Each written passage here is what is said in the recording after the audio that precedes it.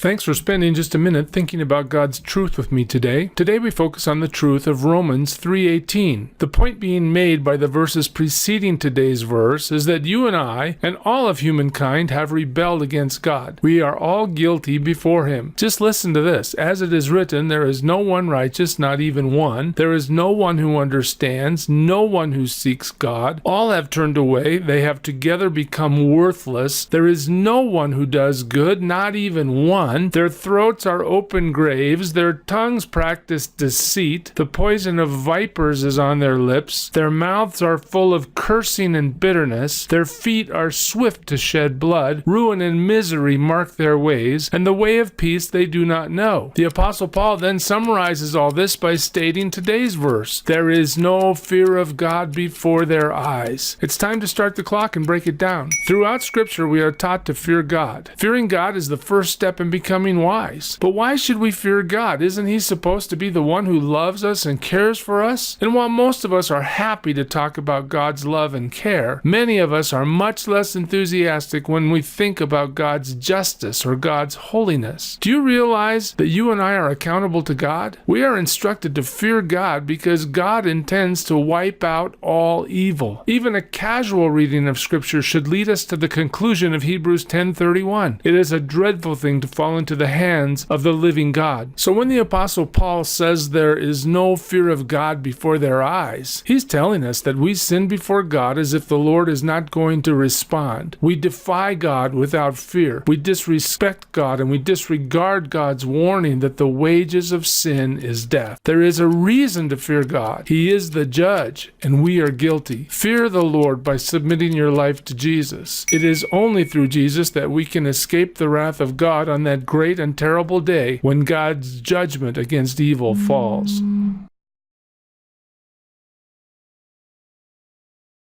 This is Pastor Scott saying thanks for watching. If you want to talk to me, it's right here. If you want us to talk to God for you, visit ipray.world. You can also visit the church website, but be sure to like or share or follow or subscribe. Every time you promote these videos, you help somebody else spend just a minute thinking about God's truth.